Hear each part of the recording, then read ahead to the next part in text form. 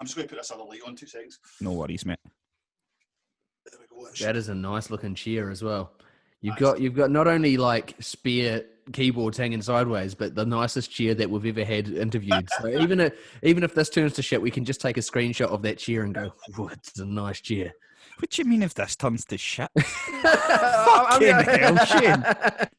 You were the guy that was meant to make Elliot feel at ease as well. Like we said, Shane, you've got the most affable accent. You're very warm. Put him at ease. You turned up as a fucking robot, and then you said if this goes to shit. It won't be Elliot's fault. It'll be our fault if it goes to shit. Says the man on his 4th Krabby going, it'll definitely be me. So I take it from what I've just heard that colourful language is permitted in your podcast then, aye? Absolutely fine. Say whatever the fuck you want. You can't say cunt though. You can't say cunt. You can. You can cunt as much as you want. It's a fucking Glasgow podcast. Like, cunts in Glasgow can't even speak for 5 minutes without saying cunt. It's encouraged, mate. It's encouraged. But I know. Thank you for joining us, mate. It's a weird one because I don't know if anyone else has ever felt like this. You know, you and this will make sense in a wee minute. You start reading a book. Like I first became aware of you a few years ago, and it was just a Amazon recommends type thing because I was just going through books for the city or types of books, and I start reading a book and about your story, which hopefully we can get a wee bit of in due course in this episode. And you never think that when you're reading a book of someone's that you'd end up talking to them a few years later. It always just seems such a separate thing. Like, oh, you've dipped into their world and you'll never dip back into that again.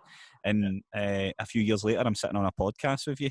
It's a bit mad, isn't it? It still seems mad to me even nowadays, you know, because I was actually having a conversation with my mum about this yesterday and just saying, you know, how it seems to me now it's like ancient history, you know, because I was so young at the time, and you know, I think most people are the same. You get a completely different mindset when you're in your teens, you know, and just looking at things back, like, you know, in retrospect, it's like a completely different person, you know. But it takes sometimes for a sit down and to take stock of things for you to actually realise just how far you've come. And I don't just mean from, like, you know, crimes and things like that. I just mean anything that you've done at that point in your life which maybe wasn't the right decision or whatever, and then you get to a later stage in life and you look back, you go, that's a fucking wee idiot at that point. Our podcast is a lot of those reflections, mate. I know I came off the back of and I could identify a lot with things that you were saying in the book as well. I came off the back of 5 years of being a out my head gambling addict, you know. And I look back, I'm 3 years removed from that, just celebrated it the other day, and I look at that guy and I'm like, who the fuck was that guy? You know, it was just like a separation from self to what I am now. But yeah, just for anyone that's wondering, it's a book called Other People's Money. And Elliot, it was released about over a decade ago now, wasn't it? When the book came out, what actually happened was it was on the back of, so I was at the final time I got arrested when basically the full thing came out, and you know, all the sort of the full impact of what I'd done was because I'd been caught lots of times for little wee things here and there, but it was only at the end when it came out. And what happened was there was lots of stories in the newspaper because I was so young, and it was like they compared it to Catch Me If You Can, obviously the story of Frank Abagnale and things like that, which I can see the similarities. Obviously it was a different time obviously when all that happened, but basically what happened was when I got arrested for the last time, all these stories were in the paper, and I got a letter from a guy called Neil Forsyth who he'd went to FHM magazine, the lads mag. I don't even know if that's still a thing, you know, or what. I don't even know if it's still around. But he was wanting to write a story for them, and he wrote to me in prison and asked if I would be up for it. So he came and took me out for the day because I was in an open prison where you could get day release if you were, you know, well behaved and all that kind of thing. So he came and took me out. This was down in the prison was near Brighton, so he took me out for the day and did the article based on the, you know, whatever I told him that day kind of thing. And then a few weeks later, he got back in touch and he said, "Listen, I don't know how you feel about this, but you know, I really think that you've got a story worthy of a book." And I was like, I'd never even thought of such a thing, you know. It was never even crossed my mind to write a book about all the shite I'd done, you know. So. So that was basically the gist of it. That was how it all came about, and then the book came out in 2007. The book didn't really do as well as what we'd hoped, in all honesty. but there was talk about a film and all the rest of it, and that hasn't happened. And see, to be honest with you, I'm fine with that. You know, I'm not really wanting to kind of live my life based on the actions I did when I was, you know, in my teens at very early 20s, you know. But I also can't hide from it because it's part of who I am now.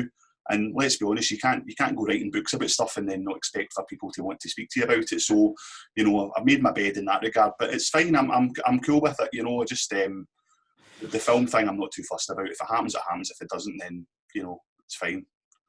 Could you maybe rewind a wee bit, because you like, for people that don't know your story, James obviously knows it well. I kind of know it a wee bit, but could you start maybe, I don't know how long you want to do it, or, you know, briefly or whatever, but just tell us what kind of the timeline of how this all happened and what you actually got up to. Right, okay, so obviously I'm aware that we've only got like an hour, so I'll try and be about things, but if I get a bit carried away, feel free to just interject at some point. But it all started when I was very young. I was at school, and I was a kind of very sort of much more mature than my age when I was at school, and it made it really difficult for me to interact with people my own age. I just found it hard to be on that level, and like that was I think that was really the basis of where it all started, because I had no pals at school, so I was always away in my own wee world, making up my own wee stories and telling myself that, you know, that well, so just to give you a couple of examples, there was one time when I walked into a class at school. I basically stole one of my dad's ties out his cupboard in the morning before I went to school. Left house with my school tie on, and changed it whilst I was on the bus into my dad's tie, and just basically walked into a classroom at school and pretended I was their teacher for the day. So there was all that kind of stuff going on, you know, and I think it was just like my imagination going crazy, because I wasn't sure what to do with myself, you know. So there was that kind of thing. There was another time that I decided off my own back to launch a school magazine, and went and typed a memo up on the computer and printed it out and put one in each of the teachers' pigeonholes from a pupil to the teachers, you know, just stuff like that. But where the fraud started really was I went to 8 different schools, because strangely enough I kept getting kicked out of school or asked to leave or whatever it was. And at this point in time, I would have been about 15 years old, and I was at a boarding school up in Largs that they'd sent me to, because I think they'd exhausted all other avenues by that point, so they were trying to find somewhere they could put me where I would still get an education. So that place was great. It wasn't like a school, it was actually a house that, you know, there was myself and 3 other boys in who, you know, had difficulties of some form or another. And on my way up there one week, because I used to go up on the Monday and come back on the Friday, and on my way up there one week, somebody had dropped a credit card on the train. And I picked it up, and obviously I knew exactly what it was, you know, I knew exactly how it could potentially be used. So the guy comes round to collect the tickets, and I had a weekly pass. So I've opened up my pass, and I've just said, can I get a renewal, please? And then just handed over this card and tried, like, I'd already looked at the signature. I was like, right, that's pretty easy to copy. So he handed me the voucher, and this was when we still signed for credit card transactions, obviously. You know, that's no longer the case, but I signed it anyway. And unbeknownst to me, he'd seen that there was a difference in the name on my photo card and the name on the credit card, but he didn't say anything. He just went off, and that was it. And then about 3 or 4 stations later, I think it was, I can't remember what station it was, Kilburnie or something like that, the train stopped for ages, and then sure enough 2 police officers came on the train, and they were like, "That, can we get a word with you?" So I went off the train, and they took me back up to the school and told the principal there what had happened. So she was furious, you know. She's like, "We're trying to do everything we can for you, and you're away fucking bumping people's cards," right? So that was how it all started. But I think the thing that happened at that point was, like, I knew that these cards could be used to purchase things, and that was the first time that it happened. But when I left that school a few months later, and I went to work for a mobile phone centre, that's when things really got a bit kind of serious, you know, and gradually over the next 5 years or so escalated in terms of how much money was involved and things like that. Sorry, just to interrupt there. There's a lovely moment. I've just started reading the book a couple of days ago, so I'm halfway through it. But you talk about working in call centres, and it was one that you didn't even realise that you just completely zoned out, and you just got sacked from it, being totally blissfully unaware. And it reminded me, there's like the etiquette of call centres are awful, because I get taken for smiling training once in a call centre, and because I didn't sound happy enough when I read out the spiel that you need to read out 60 or 70 times. And there's just a bit in your book where you're like, I think you were taking notes of credit card numbers and security details, and you didn't even notice that whilst you were doing this, you were just like not doing the job at all.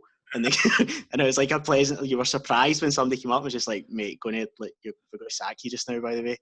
So what actually happened there was I had been taking notes of, basically we were dealing with, it was a mobile phone network, and we had incoming calls from both personal and business customers. And over this time, so between me leaving school and starting in this call centre, I'd had hold the other credit cards and things in that time as well. And I'll be totally honest with you, the times that I'd done that at that point in time was, I would go out. I mean, I was only 16. I shouldn't have even been drinking, but I was going out to pubs and things like that because I was always quite tall, and I got away with it a lot of the time. And folk would invite me back to parties and stuff, and I'd try and find a card in somebody's pocket or something like that. It was pretty shitey what I'd done, to be honest with you. But that was at that point in time. When it got to the call centre, obviously that's when everything changed, because by that point I'd had a bit of experience with like cards being declined, or I don't know if this even happens anymore because I haven't seen it for so long, but it used to be that if you used a card somewhere, then sometimes the system would stop the transaction and the person in the shop would have to phone through to the bank and ask personal questions to make sure that you were the right card holder. This was like before chip and pin, because obviously it was just a case of if you were good enough at copying the signature, then you could potentially get away with it. So by that point, before I started in the call centre, I'd obviously learned quite a lot about the processes, because I'd had them asking me questions on the phone, and I'd failed a few times because I didn't know these answers. So when I went to the work for the call centre, I just started writing people's credit card numbers down. I told them that I was putting them on hold because I had to go and speak to their bank. And then when I would come back to speak to them on the phone, I would start asking them questions that I knew would potentially be asked. And then what happened as a result of that was I had all these details, but I wasn't quite sure what to do with them. So I tried phoning the bank and asking for new cards to get sent out and changing the addresses and stuff like that. And I couldn't believe how easy it was at the time. It was just, as long as you knew the answer to maybe 2 or 3 questions, they would change the address. So you change the address one day and then you'd phone back maybe a week later and ask for a new card to be sent out. Because if you did it at the same time, it could be a bit suspicious, So that was when things started getting really serious, because I was getting... Sorry, go on. Oh, sorry, mate. So at this stage, were you doing it to Joe Blogs, or were you doing it to high-flying business people? Or was it just a mix of both? At that point in time, it wasn't in any way targeted. It was just like whoever phoned in. What became clear though over time was that so business customers would quite often be paying with corporate credit cards and things like that, and these cards were usually a lot. You had a lot higher limit on these cards, so when they arrived, you were able to do much more with them. But see, to be honest, even at that point, I wasn't really going out and buying luxury items and things like that. It was stupid things that a teenager would buy, like CDs and a haircut and maybe a pair of trainers or something like that. There wasn't that kind of sort of how it got later on in terms of living the high life and stuff like that. This was just the beginnings of it. Elliot, what was the 2 questions, the motivating factor for you and reading the book and even just hearing you talking? Thank you, mate, for being so honest. As I know that revisiting stuff from your past can be difficult, but it's definitely a fascinating one. But was you come across as highly intelligent in this book, and do you ever look back and go, I could have been challenged to do something different if only someone had noticed that I was capable? So the motivating factor for ending up getting into credit card fraud, and was there maybe a bit of blame on the side of these 8 schools that you were a part of, but didn't notice that you were highly intelligent and could be driven towards something if someone had sparked something inside you? So I'll try and answer your questions in order, right? So see, in terms of this is something that has taken me a long time to actually understand and realise what went wrong, The first question, obviously, about, what was the motivating factor. I remember when I was a kid, right, and I was at school, and there was, as I said to you, what would happen is each school that I went to, I would be friends with some people for a short period of time, but then they'd get fed up with me for one reason or another. Now, I'll probably never be able to answer the question as to what the reason for that was. But what I do know is that I soon became aware that people are motivated by money.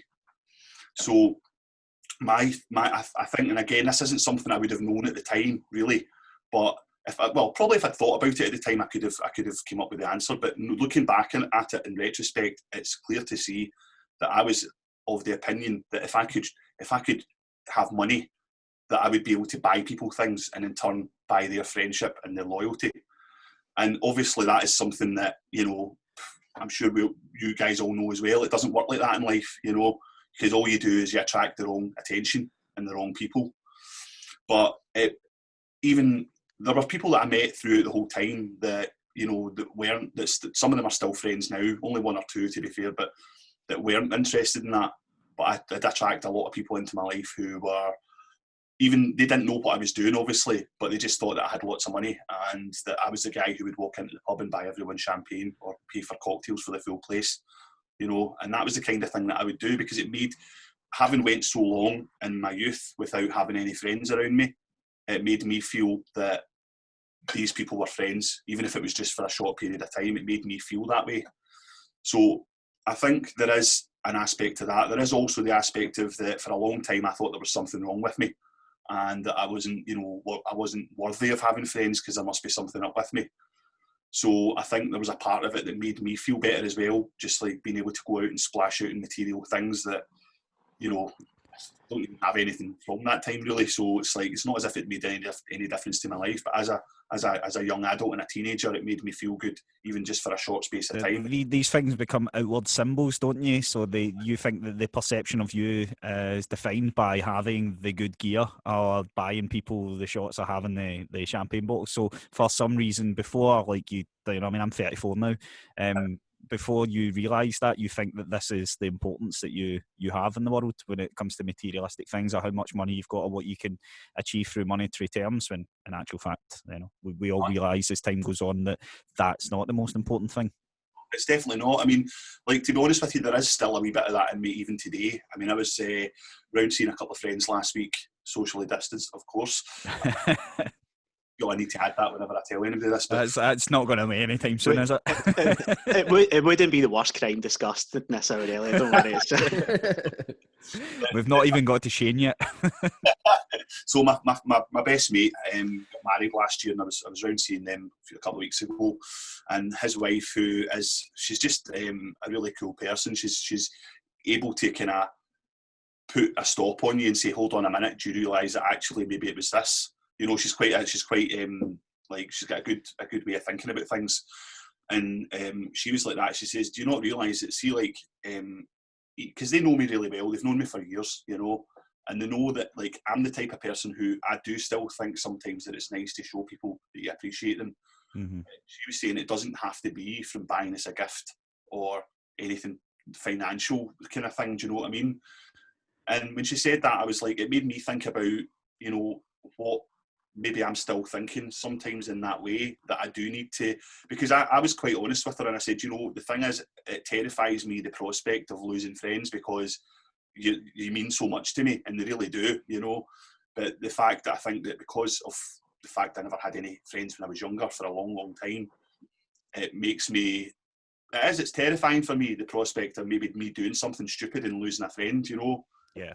And I need to relax about that, because at the end of the day, we're really, really close, and I don't have to worry about that, because I'm not likely to do anything that's going to piss them off so much that we wouldn't be friends anymore. So I get what you're saying, mate. There's things that needle in my head, even though I know I'm recovered from some stuff. I'll still sit there and I'll let it vibrate around my mind, and I'll be like, why the fuck have I just spent half an hour thinking about this when it's the completely wrong thing to think about in life? But it does make sense. So the second part of that question, then James, you're shitting on the story, man. I'm just like, tell us more of the story. Yeah, Stop asking deep emotional questions. I want to hear the story. We're teasing the book at this point, Shane. So we'll get to more of the story. I just get when I'm reading the story, I'm going, this guy is like, you know, he's got a photographic memory. He's very intelligent. Why is there not like some, you know, what's it, the Dead Poet Society, you know, like why is there not a teacher that's inspiring them to do stuff? And that'll become clear in a question that I want to ask at the end, you know. To answer your question just briefly then, I mean, you can assign blame for a portion of it, you know, but at the end of the day, as human beings, we always have our own decision to make as to whether or not we do something, you know. I think sometimes you do get lost in your thoughts, and I'm not just talking about this, I'm talking about in any aspect of life. We all make wrong decisions at times.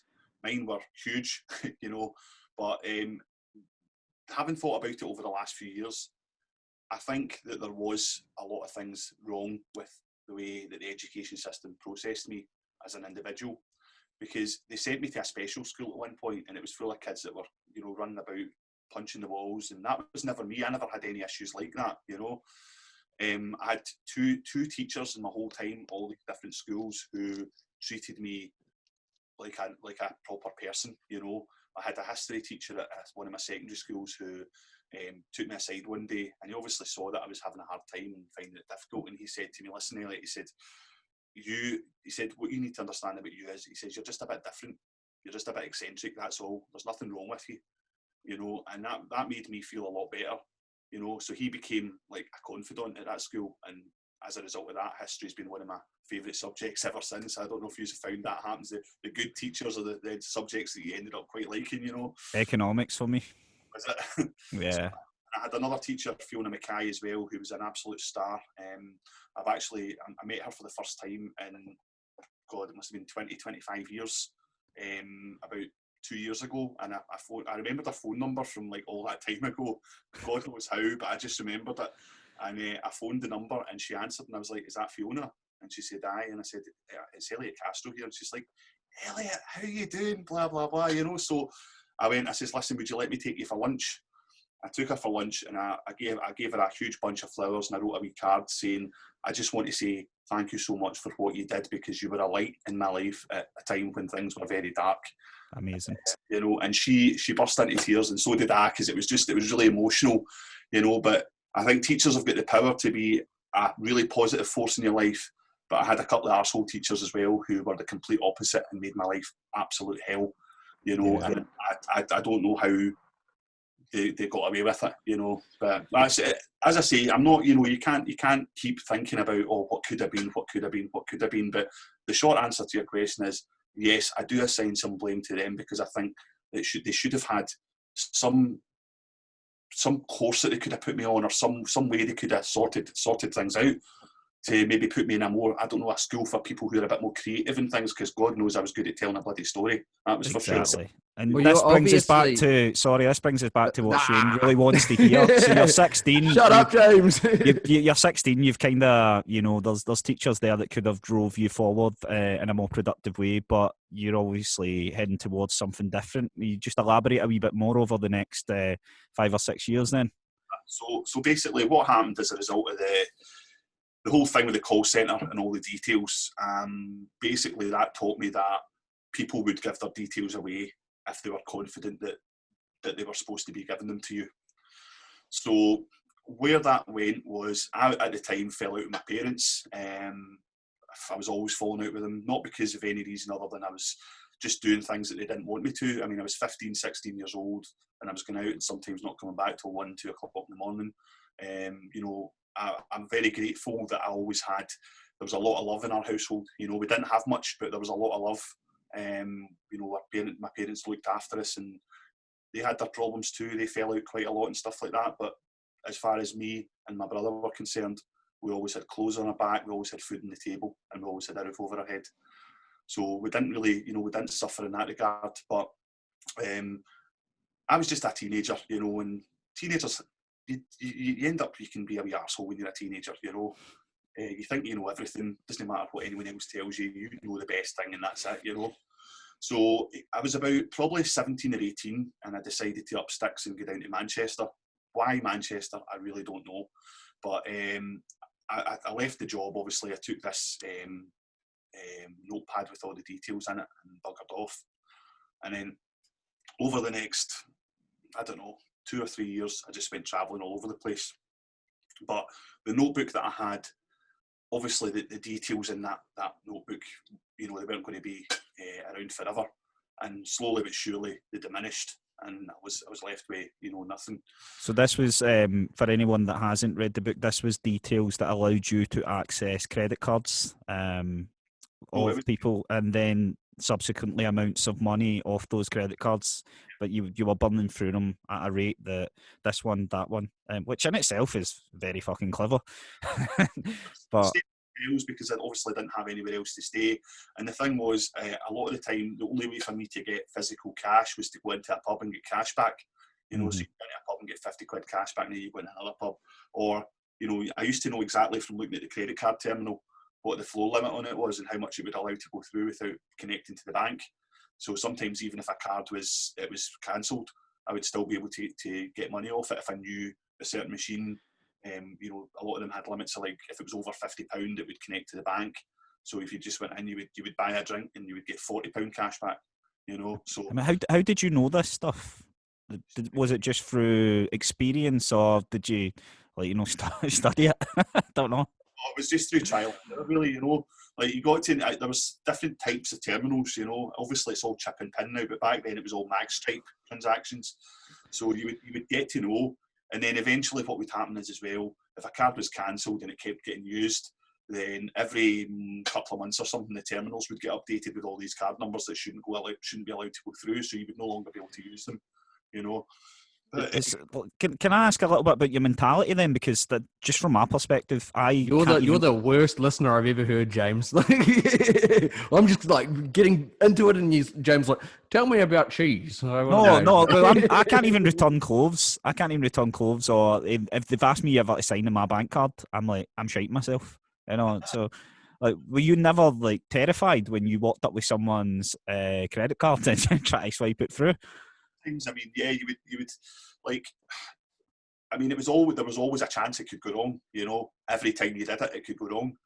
But I was really good at it, so I knew that it was basically the chances were small.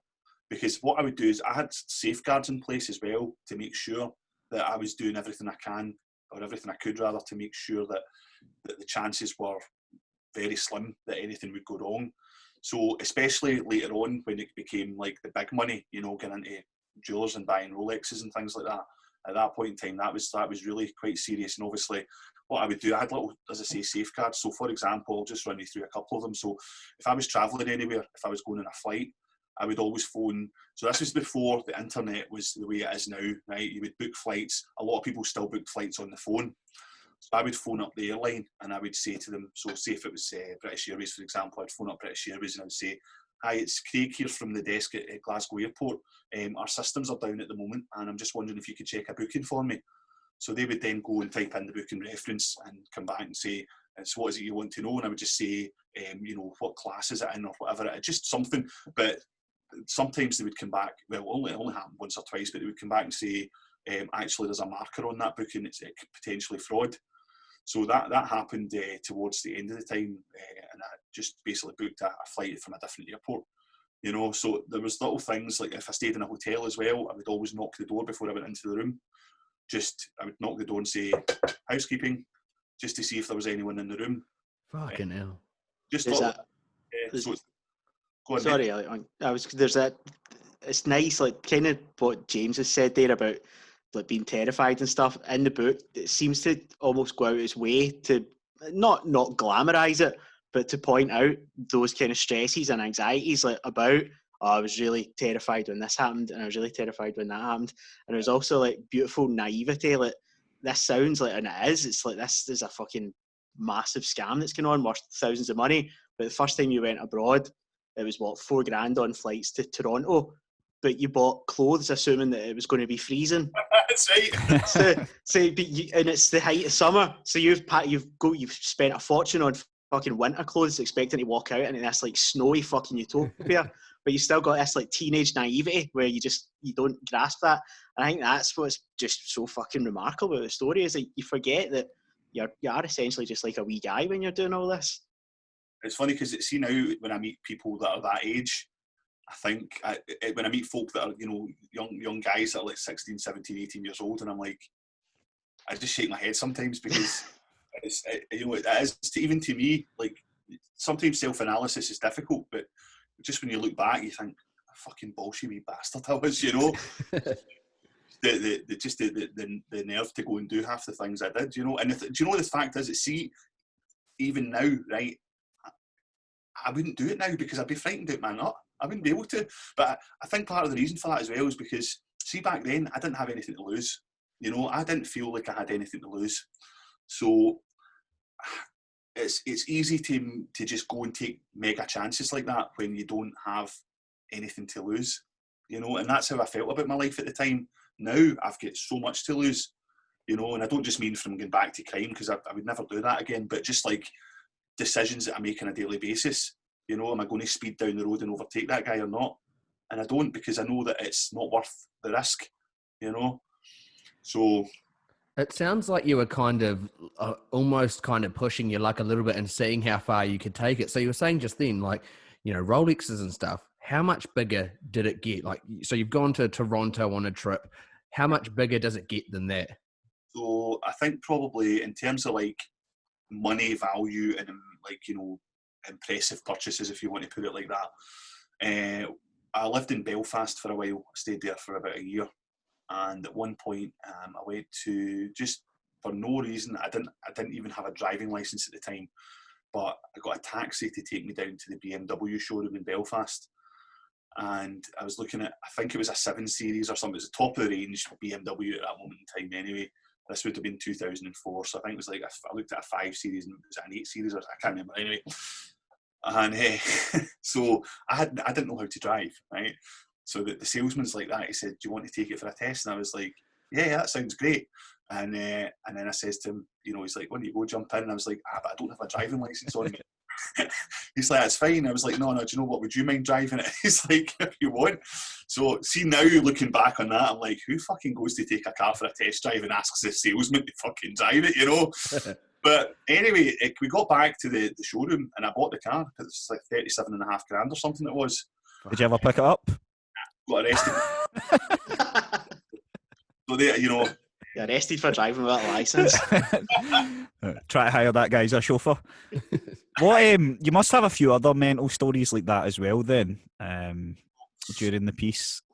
Yeah, I mean, there's quite a few. I mean, I'm just trying to think of the ones that are maybe the most interesting. But so I bought a Rolex out of a jeweller's in Edinburgh, and it was a careful setup because I knew that you couldn't just go in. Well, you could, but it was easier and it was more plausible to do it the way I did it, which was rather than just getting in and saying, I want that Rolex there, and I believe it was about £12,500 if I remember right. I think the same watch now is a lot more, 20 grand or something, but that's how much it was then. And I went in, and it was a female clerk. She came over to me and says, you know, can I help you? And I says, what it is, I am here, I've been sent here by the directors of our company. One of the directors is retiring, so as a golden handshake, they decided to present him with a Rolex watch. And she's like, oh, great, well, come over here and I'll show you. So she started showing me the watches. I before I even went, I knew exactly which one it was that I wanted. But she started showing me all these different models and stuff. And I says, do you mind if I try them on? I says, I might never get to wear one of these again, you know. So she's like, aye, on you go. So I said, right, what I'll need to do is, if you don't mind, take a photo with my phone. I said, and I'll when I get back to the office tomorrow, I'll show the directors and they'll make the final decision. I'll be in touch. And she's like, no problem. So she gave me her card, went away. The next day, phoned up and said, yep, they've decided to go for that one. Could you have it ready for me? And I'll come in about half an hour. She said, that's fine. It'll be ready for you when you come in. And I said, do you take American Express? And she says, yep, that's no problem. So I got off the phone to her, phoned American Express, pretended to be the card holder. And I said, right, maybe purchase, and it's just to let you know, because Amex used to have this wonderful thing where you could phone them and tell them that you were making a purchase and they would guarantee that it would go through for you. So there was never any question in my mind about whether the card would get referred or anything like that. So I went and went in back in and picked up the watch, paid for it. It went straight through, signed the slip, and that was it. When I left the store, I don't think I've ever been as excited in my life. I was walking down George Street in Edinburgh with this bag, and I couldn't wait to get somewhere, but I was like, I can't just open it in the middle of the fucking street. So I went into this cafe or restaurant or whatever on George Street, and this waitress came over and she's like, can I get you something? I was like, just get me anything. I don't care what it is. Just get me just a drink. She's like, coffee? That's fine. That'll do. So she's away, and then she comes back over, and I'm just opened the box, and was like, she was like, that's a nice watch. And I says, I know. So, well, and that was I mean, it was beautiful. You know, I'm not going to say I enjoy sticking that watch in my arm, because I fucking did. It was lovely, you know, solid gold, and it was, you know, whether or not I ever get a chance to wear another one again, we'll see, you know, but it's a nice thought. So with the credit cards and stuff, paying the bills and stuff, so were you paying rent with these credit cards as well? Well, how were you sorting that? Like, did you have to work and have this mad hustle on the side, or were you just full credit card fraud, living the dream? It was all cards. I mean, I didn't. The only thing that I was interested in the time was music. That was the only other thing, you know. I mean, I had a CD wallet with about 500 CDs in it that used to go everywhere with me. Like, you know, and whatever hotels I stayed in, I would phone them in advance and ask them to put a CD player in the room. That was the only other thing that I had a love for, other than my family, of course. But in terms of working, no, I didn't do any work. I think probably when I the first place that I actually rented a flat, because I'd stayed in serviced apartments and stuff before this, but they'd always been paid with credit cards and things. One night I was in Glasgow and I bumped into a famous DJ in the Art House Hotel, I think it was, in the bar. This was like at 2 o'clock in the morning or whatever, and he was with all his mates, and we ended up having a few drinks together. They came up to my room after the bar closed, and we all sat and had a drink in the room, and there was like all this, my Louis Vuitton luggage and everything in the room. So they must have thought I was like some kind of, I don't know, just some rich playboy or whatever. And they ended up asking me, you know, you should come over to Belfast at some point and see us. So I did. I went over and had a great time. They were really, really sound people, you know. So I ended up thinking, right, would quite like to stay here, you know. So I rented a flat in Belfast, right in the middle of the town, penthouse apartment, fucking stunning. And that was when I started partying loads and drinking loads and just getting on it all the time. So, but that was also the time when the most money happened, because I worked out another scam that, you know, I could use, which was basically, well, I don't know if you know this, right, but if you have certain types of cards, like say if you've got like a platinum MasterCard or something like that, and you go overseas and you lose your card, then a lot of the times they'll have a service where you can phone up and ask for emergency funds to be transferred to you. So when I became aware of this, I was like, that's brilliant, I need to use that. So I would phone up and pretend to be this person and say that I'd lost my passport, I don't have any ID, and then what they would do is they would wire money with a test question. So in order to get the money, all you had to have was the transfer number and the answer to this test question. So you would just turn up at a Western Union or a travel, what's the other one, MoneyGram or whatever it was, and basically they would hand over the money. So like I was living in Belfast at the time, and a lot of the cards, the only time they would actually let you use this service is if you were overseas.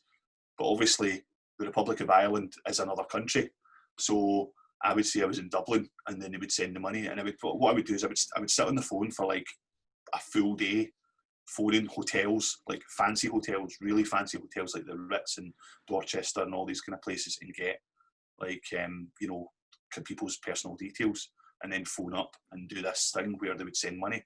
So one time I went down to Dublin and I picked up, I think if I remember correctly, it was about 35 grand.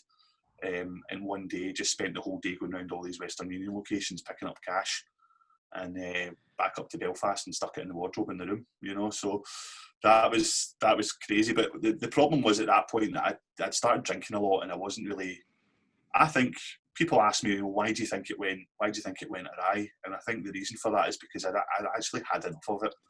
You know, you want to. There's one thing that when because I identified a lot of what I read off the pages of this is you know, that kind of felt like you were addicted at some points to, you know, getting these credit cards, and nothing was going to sway your mind from getting them. You know, you're coming out of really bad situations. You're like, I want the next one. Like me when I was gambling, you know, I was fucking losing loads of money, and I was going, it's okay, I can pick up the next one. But there was a point when I was gambling where I just wanted to hit that self-destruct button. I was like, this all needs to end, and I'm going to have to do something drastic for it to get there. Is that kind of the mentality you felt? I mean, I don't know if I could have put it any better myself.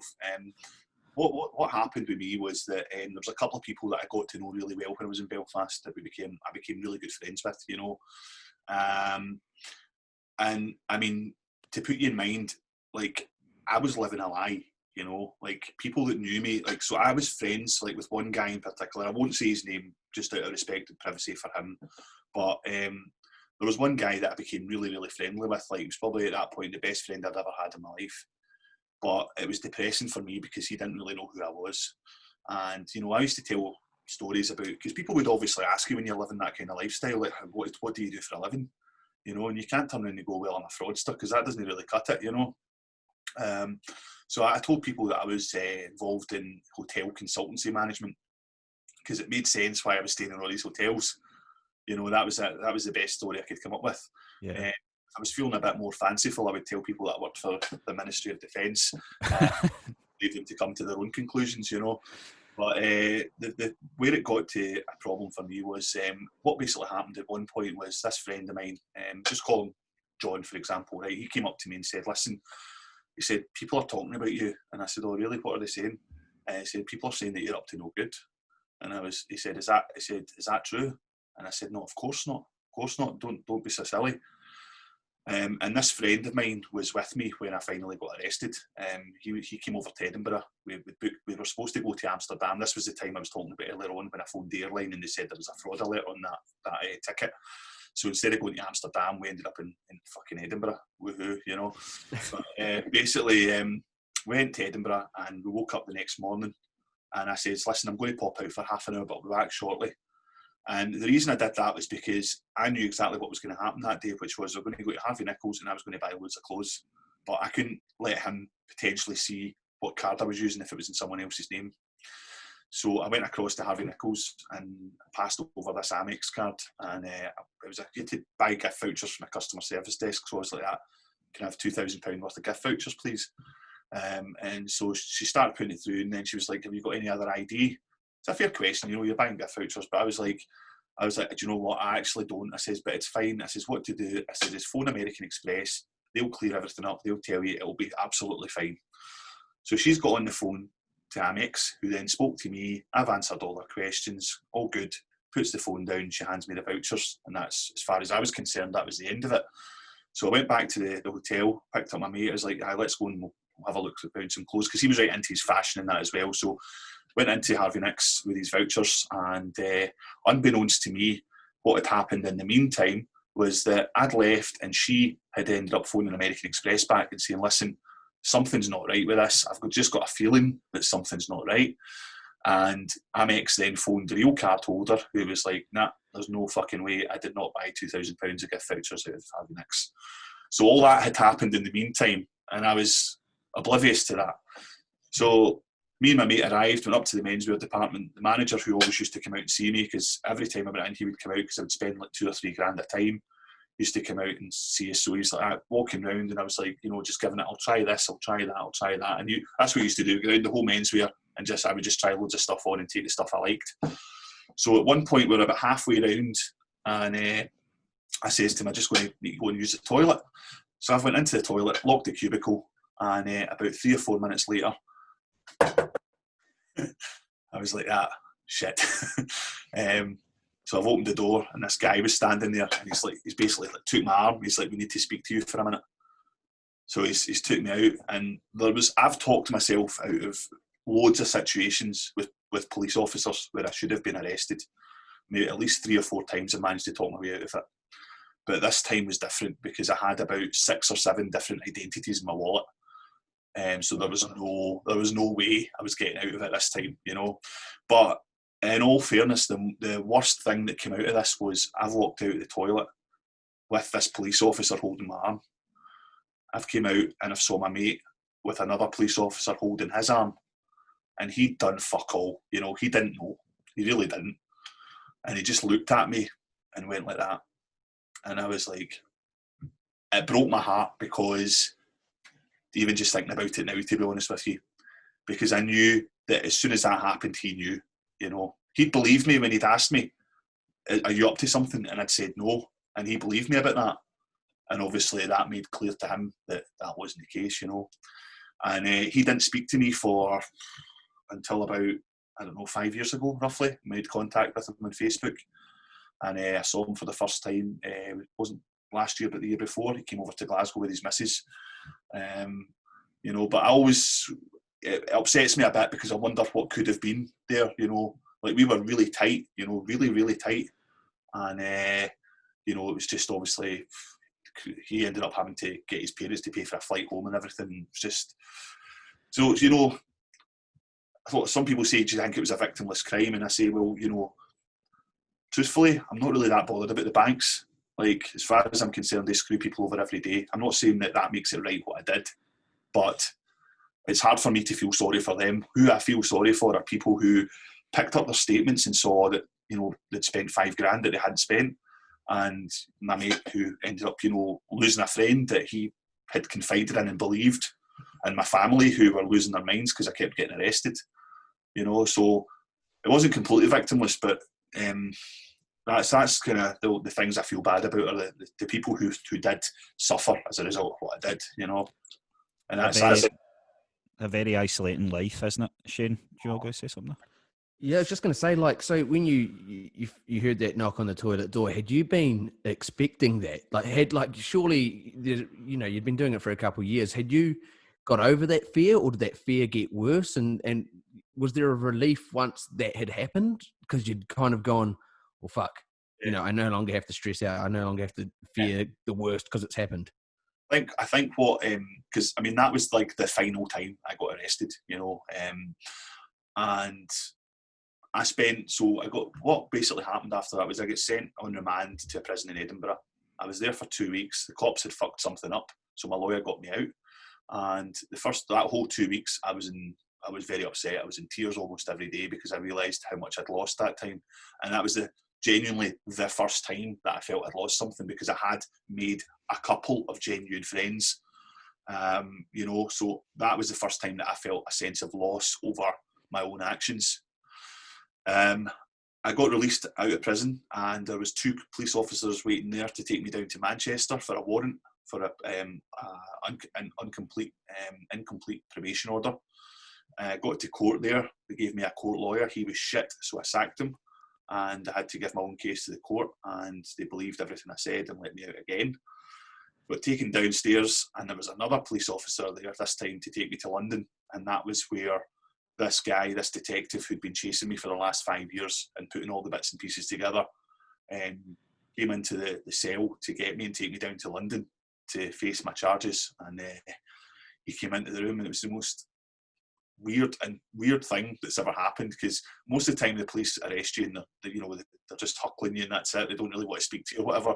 He came into the room and into the cell, I should say, and shook my hand, and he was like, "I've been looking for you," you know. So we mentioned Catch Me If You Can was it kind of like that Frank Abagnale and the Tom Hanks Leonardo DiCaprio moment? Like, this has been a relationship that both of you have had over the years.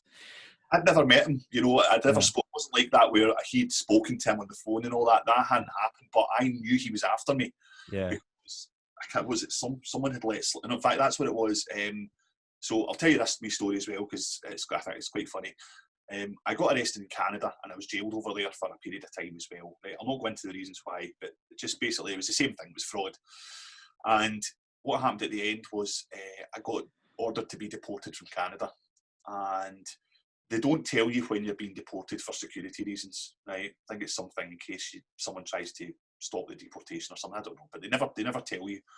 So I was like, I need to know when I'm getting out of here, because the jails over there are horrific, you know, like it's a different world over there. But what basically happened was I got on the phone to Canadian immigration, right, from the jail, and when they've answered the phone, I've put on a really stiff upper lip British accent, and I was like, it's whoever calling from the British Embassy. and we're calling to inquire about Mr. Castro. Can you tell us anything? Do you know when he's being deported? Blah, blah, blah. So this guy from immigration is like, oh yeah, Mr. Castro, he's going out on Monday the 24th or whatever it was. And we've got a note here to contact Detective Ralph Eastgate at Heathrow Police. And I was like, don't worry about that. The embassy will take care of that for you. And he was like, that's great. Thank you. That's something I don't have to worry about. And I was like, so, but then what happened was they put you on the plane. When you're being deported, right, you get somebody that takes you up to the plane and puts you on the plane. So I've sat down in the seat, and they give it's like an envelope that had like a proper like wax seal and a bit of string round it. So I've never seen anything like it in my life. They give that to the purser on the plane. And what's supposed to happen is when you get to the destination, he's supposed to escort you to customs and hand over your documents just to explain that you've been deported or whatever, right? So on the plane, he came over, he's like, what happened? And I was like, you know what, man, I got a bit drunk and ended up in a fight. That was basically it. You know, he's like, he says, listen, it could have happened to anyone, you know. So he was like on my side, and he handed it, before we got off the plane, he was like, here, just take this. He says, you don't need me. He says, it's fine, just don't. And I was like, thank fuck for that. But I'll tell you what, that walk through the airport, right, couldn't get out fast enough, man. I was just like, because obviously I still couldn't be sure that contact hadn't been made. Yeah. By knowing, you know, because there's always something that you don't know. Do you know what I mean? That's like the woman in the shop. She knew something, and there's no way I could have done anything about that. There's no way I could have known, except for the fact maybe if I hadn't been so bloody cocky about it, she might not have had that feeling. But so walked through the airport and basically managed to get out of the airport, and I was brassic. I mean, they'd taken all my cash and everything off me in Canada. It'd been awarded to the Crown or some shit like that, you know. So when I got back to the UK, I had no money. My parents, obviously, I didn't want to phone them and ask them for money. But when I looked in the envelope that they'd given me, there was like the airline ticket that the Canadian immigration had paid for, complete with a credit card number. So I phoned up, basically put my ticket back, courtesy of Canadian immigration. And that was basically, you know, what happened there. So, yeah, so that's amazing. The world burning all of a sudden really makes sense now. If this is like the people that are in charge of it, think about Home Office and all that. It's fucking mental. Your love of accents seems to really like come through even in the early stages of the book. Is that just like part of the sport for you? Was just like developing characters and accents, or just necessary at times? I just enjoyed it, and it was like, who will I be today? You know, I mean, just like this was all about me being someone else. Right? That's what it boils down to. I wasn't happy with who I was, so it allowed me to pretend that I was something else in my life. You know, and it honestly taken me a long time to get over that and just be happy with who I am. You know, I'm still not 100% there, if I'm totally frank with you. You know, I still get times where I'm pissed off with myself and I think, what the fuck, you've wasted your life. And, you know, and I know that's not the case. Deep inside, I know that that's not the case. You know, you can't spend your life filled with regret for the things that you did, especially the things that you did when you were a teenager, you know. It's part and parcel of your journey, mate, and I don't think you're alone in thinking that. You know, you've lived a much different life than a lot of people, but someone that's just bounced from job to job, you know, out of college into uni or whatever, they're having the exact same thoughts. You know, self-analysing themselves, going, what the fuck am I doing in my life? See if you could throw it into monetary terms for us. How much do you think that you had passed through your hands, so to speak, over that period? So it's a difficult one to answer precisely, and the reason for that is because, as I'm sure you can imagine, I wasn't very keen on keeping records. Yeah.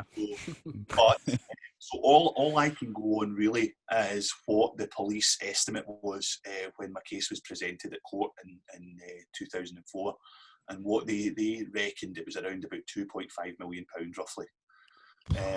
Wow. That's what they thought. Now, I mean, see one thing that you realise when you hear that is you realise how easy it is to spend money, you know, especially when it's not yours. But the £2.5 million is what they said. I think I've asked myself the question many times. I can't really elaborate on it because I don't know. I just know it was a lot of money, you know. Yeah. So, was it a case that you just needed to burn through it? Even when you were talking about having the cash reserves, you're like, you were never thinking long term. Oh, savings account. How can I get this into a wee nest egg? definitely not. I mean, what actually happened was I had set up Swiss bank accounts and monies had been sent there, like numbered accounts, you know. But unfortunately, I lost all the details of those when I got arrested because everything was in the flat. So I lost. I mean, there's money sitting there. I don't think there's any way I'll ever be able to get it because the criteria of being able to access the account is so strict that it's impossible. That's just going to be there for the rest of the time. Well, somebody will get it one day, you know. But Just a wee bonus for a Swiss banker. That's like a story of Bitcoin. A guy invested in Bitcoin very early as part of his thesis, then threw away the hard drive, and then ended up searching through this landfill every single day because on that hard drive was about £20 million worth of Bitcoin. I'm just like, imagine that would just be a life of regret every single day. Every time you look at the bin, you'll be like, what the fuck have I did done? I do that? I had a similar experience with something like that because I think it was 2012 roughly. I went to a party and there was a girl there. She obviously knew a bit about my past, and she came over and she started asking me, "What do you know about Bitcoin?" And I was like, "Actually, nothing." Blah blah blah. And I went away and looked into it and completely dismissed it. And I'm sure I'm one of many thousands of people the similar story of that, you know. Have you ever done the sum where you work out if you'd bought like £100 worth of Bitcoin, what it'd be worth now? And it's like millions, you know. Yeah, don't want to torture myself thinking about that, man. I always do the dream world scenario of, if I ever invented a time machine, go back and invest in Microsoft or something. But honestly, I don't think money would make me happy, truth be told. You know, nowadays I just get on with things. You know, I like my music stuff. You know, I've been into writing music and stuff for a few years now, and I feel I'm finally starting to get somewhere with it. You know, so especially over the last 3 months, it's just been great. I took this studio on last year, and before the lockdown, I hadn't really had a lot of time in it because of work. You know, and now I've had the last 3 months in here, so it's been great. I've had a lot of time for self-reflection and just kind of re-evaluating everything and, you know, coming to peace with myself a wee bit more. So it's been good.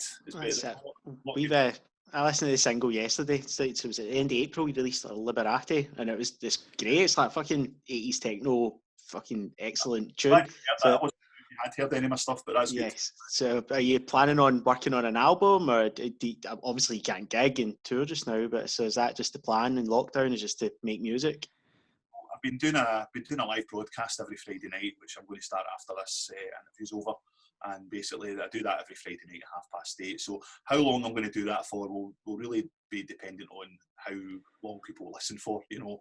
But it's been really cool. I've just set up in here. I decided not to do the whole video thing because I think everyone and their cat are doing, you know, live broadcasts where they're jumping about crazy behind their decks and stuff, where the audio quality is not great either on Facebook and such like. So I thought I'll just do it just audio, and a lot of people listen to it for that reason because they can have it on in the background. They're not required to sit and look at the screen, you know. In terms of like music that's coming up, I've got a couple of tracks that are now finished and I'm just waiting for them to get mastered and such like. And I've got a friend of mine who is in touch with a couple of big DJs, and he's basically going to pass my tunes on to them because I'm good at this. I'm good at sitting writing tunes, but the bit I'm not so good at is like knowing where to send them and who to send them to for them to get any kind of notice and stuff like that. So, but I've got obviously my Facebook page and my Instagram, my SoundCloud and stuff, and just need to keep making the tunes. You know, I keep saying to myself, as long as the tunes are good, something will happen with it. You know, and that's I'm hoping that other people agree that they are decent enough. You know.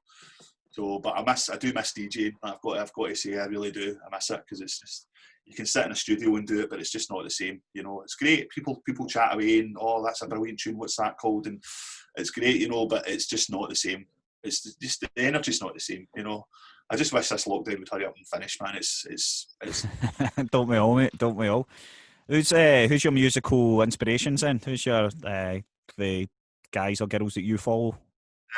Well, I mean, I've got a very eclectic taste in music, actually. I mean, I'm very grateful to my parents for that because they used to listen to all sorts. They'd have like Bee Gees, Frank Sinatra, and just like music from all different periods of time. So I think that's definitely something that's influenced me. In terms of who influences me, I think I've got, like, if I was to look at kind of popular music, probably like the likes of George Michael is one of my favourites. I was very sad for probably the only pop star that's passed away that I felt deeply sad about, because it turns out, and after I think if you've seen the documentary about him, it turns out he was actually just an absolute diamond of a guy. You know, he used to like phone up, I think it was he saw a couple on This Morning, and they were devastated because they couldn't afford IVF or something like that, and he phoned up anonymously and like paid for 30 grand or something for their IVF. You know, and it was just he did things like that all the time. So musically, I like a lot of disco, a lot of 70s and 80s music. Probably if I had to say what decade, 100% the 80s is like, that's my go-to decade for music, you know. It's like all synthesizers and crazy hairdos and quiffs and all that, you know. There's definitely a resurgence of, and Shane, you obviously know this because you work at Capital, but the artists being influenced by the 80s, in particular Dua Lipa and The Weeknd right now. There's those big sim sounds coming through. Those like I don't even know how to describe it, but you hear it and you're like, this is the 80s vibe, man. So it's coming back. I love The Weeknd, and Dua Lipa's had a few great tracks as well. Like, I'm one of these people, see, because I'm really into my music, if I hear a song I like, I'm like straight on, like, who wrote that, who produced it, what studio was it recorded at, and all that kind of stuff. I'm a bit of a geek that way, but it's just because I like to know all the wee stories behind the tracks. Like, see, like the Michael Jackson Bad 25 video where they're interviewing like Quincy Jones and all the producers that were involved in that, and all the wee stories about how this track came together. And like, I don't know, you should probably see I got quite excited about it there, but that's just... Nah, Quincy's a brilliant guy. I love the stuff. My old mate Quincy, my old mate Quincy, he's a good guy. Quincy. He has a Barbie in the backyard. He comes over for beers. Quincy, Quincy and Rashida just chilling out, you know, Kidada, we're all partying together in the backyard. Just to give you an idea as to how out of touch I am with pop culture, Quincy to me is a TV detective. Quincy Jones is he's a mogul in America, mate, predominantly bigger in the 90s. What was it he created, label wise? So he produced Michael Jackson's first 3 albums, Yeah. Off the Wall, Thriller and Bad, with a guy from Cleethorpes called Rod Temperton, who was, apparently the story was that Quincy Jones heard the music that he'd written and invited him over to America to work on an album with Michael Jackson. And he said he couldn't believe it when he opened the door and Rod Temperton was standing there, and he was white because he had all his music was just like pure, you know, like soulful. Absolutely, you know. So he was like, he couldn't believe it, you know.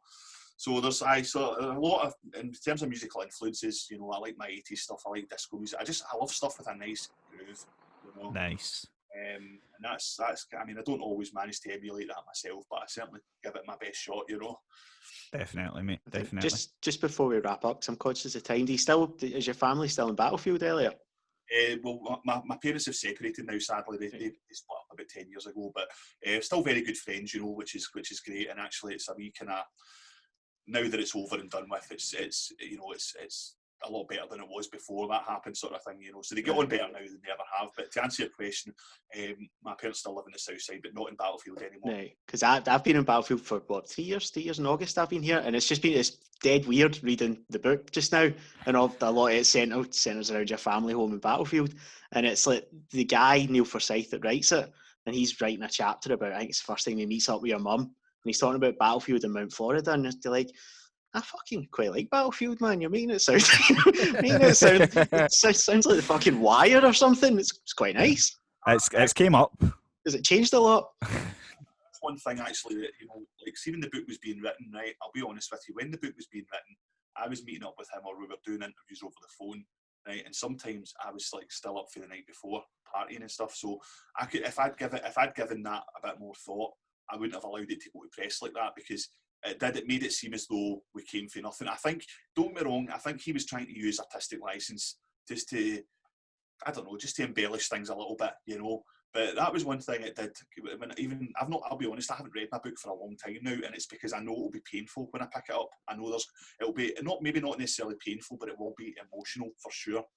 And I keep thinking about it. I see it sitting on the shelf, and I keep going to pick it up. And I'll pick it up maybe sometime soon, possibly, perhaps, maybe, and I'll sit and read it.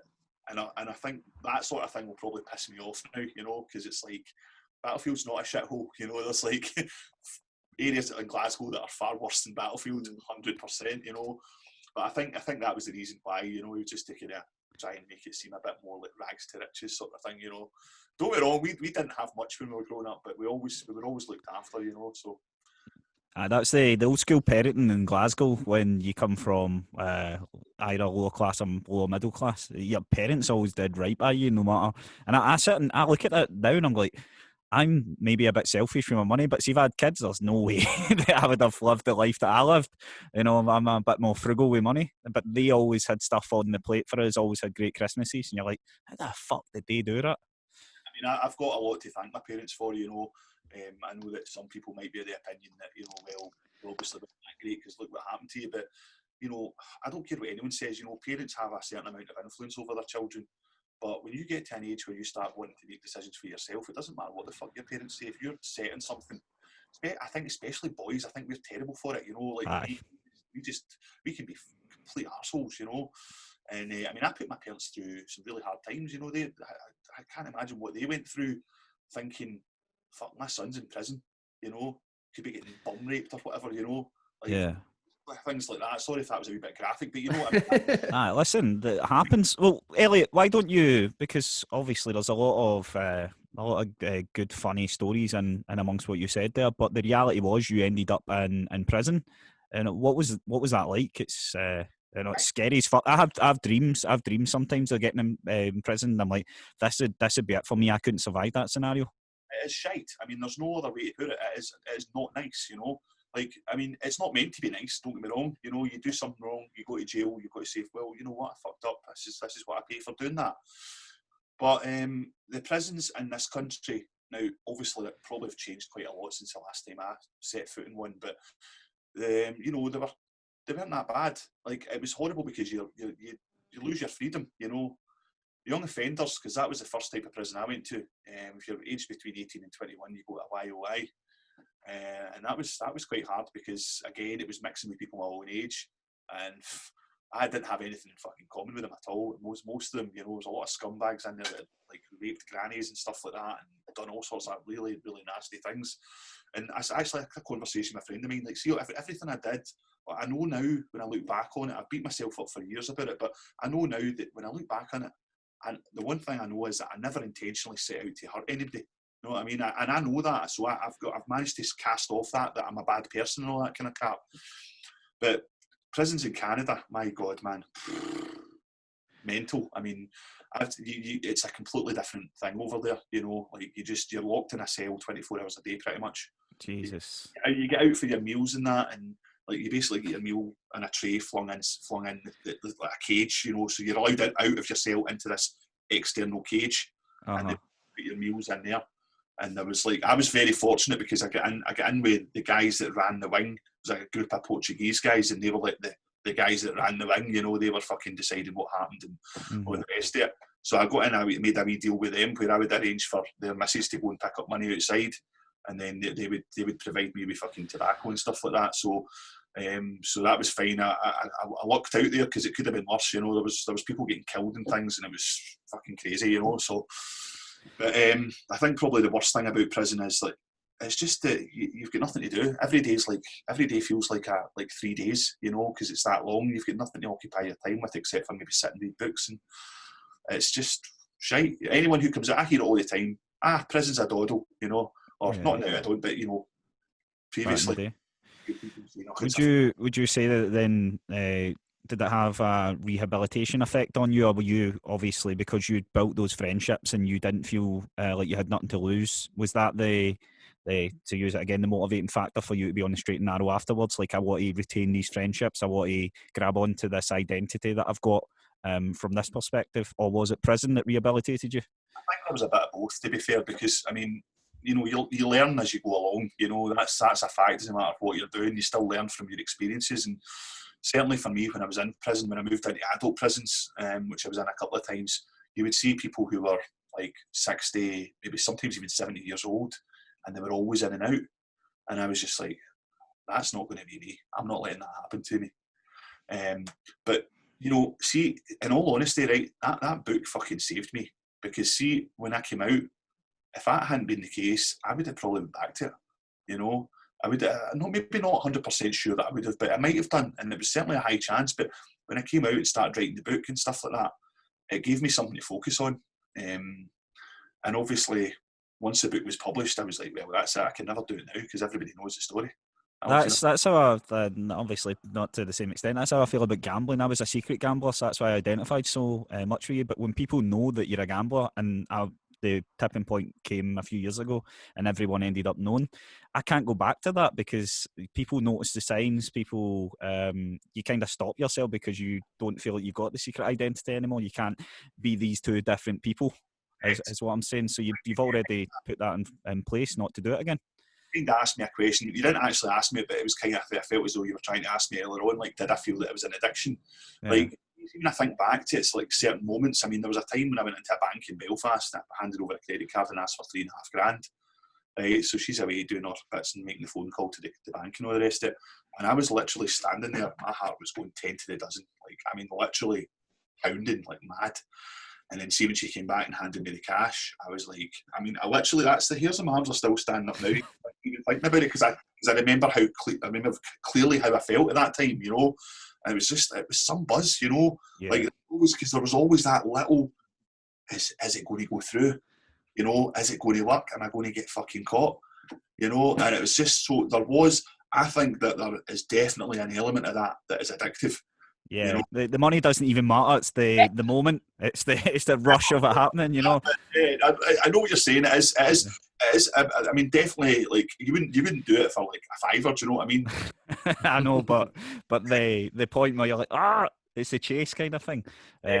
But mate, it's honestly it's some story, and it's amazing that you've come back from it as well, especially, you know, that dominating so much of your identity and then coming out the other side and building, you know, your passion for music and rebuilding those relationships as well, even picking up the phone to that teacher. That's the sort of thing that she was so good to me. I had to you know, you remember people who do the nice things for you in life, you know, and especially like when you've got people like her who, as I said in the wee note that I wrote to her, she was a light in my life at a very dark time, you know, because she was like, it was a hard time for me being at school. Like, I loved learning, but I hated school. Yeah. If that makes sense, you know, I loved the lessons and I loved learning shit, but being at school and having to mix with other pupils was a fucking nightmare for me, you know. So, but yeah, I appreciate you saying that. You know, it's been a long journey to, as I say, be at peace with myself over it, and I think I'm almost there. You know, I'm still a chancer. I probably always will be a chancer, but I don't do things to, you know, like, to steal from people anymore. That's not, you know, it's not in my psyche anymore to do that sort of thing. You know, listen, it'd be a chancer, mate, but for your own benefit and moving forward in your career in music and stuff, you know, if you can navigate yourself into a room with these heroes and the people that can benefit you, do it all day long, you know. That's what I say. But listen, unless you guys got anything more that you want to ask or comment or when you're playing Monopoly, always the best time to be a chancer. Shane. It doesn't feel appropriate because it was a very nice ending, but I was just going to say, if you were going to murder someone and get away with it, and like, to be fair, you have the mad flag because you've, you know, bought Rolexes and shit, and how would you do it? Like, if you were to get away with murder, what would you do to get away with it? That's a crazy question, mate. It's a question that we ask everyone, not just yourself. Right, okay, so I was basically, I don't know, I'd have to think about that one, but I guess you just have to, do you know, it's something I have thought about because I like watching like Columbo and stuff like that, you know, like all these kind of things. I've got a slight obsession with like programs about serial killers and stuff because I find it fascinating. Like, it's always, to me, it's more like, how did that thought come into their head to do that in the first place, you know? Yeah. Some of the crazy shit they've done. It's not the fact they've done it, it's like, where does that come from? Like, in your head, I'm going to fucking chop somebody's head off and stick it in a jar of formaldehyde in the fridge and stuff like that. You know, it's like bonkers. But I think really, if you want to get away with murder, I think you have to be super clever, but also very lucky, because, like, see how, like I was saying earlier on about, there's always something that you don't know about. You can't know everything, so no matter how well you've planned something, there's always a chance that something's happened in that sphere of influence that you don't know about, you know. So I don't know if that really answers your question. If you're I asking, think that's probably one of the best answers because it's deterring people from. I feel like we might have influenced a lot of Glasgow already to maybe commit some mental murders, but that there might bring them back down. Someone might just be on the precipice of committing the murder that they heard Jane McCarry describe. Then they hear you and they're like, oh fuck, what about that thing that I didn't think about that might happen, and it brings them back. I'm just writing notes, so just be really clever. And I'm just going to add, I'm paraphrasing here, but just don't jizz everywhere. Yeah, that's usually your one. But no, Elliot, thank you, mate, for taking the time out to talk to us. I really appreciate it. We'll give your book a plug as well because we'll hope that there's still royalties kicking around if people buy it. And genuinely, mate, it was an absolute pleasure talking to you. Where can we hear your live stuff on a Friday as well? So I do it's on a website called Mixler. Basically I've got my Instagram, which is at Elliot Castro with 4 O's. So I usually post something on there, but I've also got a Facebook, Elliot Castro Music, and there's a Facebook group as well, Elliot Castro Live Broadcasts, which I usually post on there as well. And it's the same link every week. It's mixlr.com/Elliot Castro. And basically from 8:30 on a Friday, if you click that link, it should just start playing the music straight away. And if you sign up to the app, you can send messages and stuff as well, just to get involved with the chat or whatever, you know. So it starts in about 10 minutes actually. So yeah, that's a polite way of telling us to get fucked. Fuck off, guys. It's been lovely, but fuck off. As well, I just want to say thanks for asking. I was quite surprised to get asked on your podcast. I don't know if it was was it one of you guys that started following me from the podcast account, and then I looked at it and I followed you back, and then when you got in touch, I was like, oh, that sounds really good. I followed you a while back, mate. I'd read your book twice over the years. I just went back and I find that, as I said, a fascinating story. It's a gripping read. And then when we started the podcast, I went, I'd love to get this guy on, you know, and just chat about it a wee bit more. So it's an absolute pleasure having you here. Genuinely. Honored to have been asked, so thanks very much. It was just, especially when I saw the other guest you'd had, I was like, fucking hell, that's quite cool getting asked to do that, you know. So and now you've met us, mate, you realise, oh fuck, these cunts are just lucky when they got those guests. we put on mental accents, and that's bigger blaggers than yourself, buddy. No, but genuinely thank you, mate, and have a brilliant time in your DJ set tonight. Really appreciate you being on. It was nice talking to you. Take care, my man. Elliot, thank you. Right. Thank you, buddy.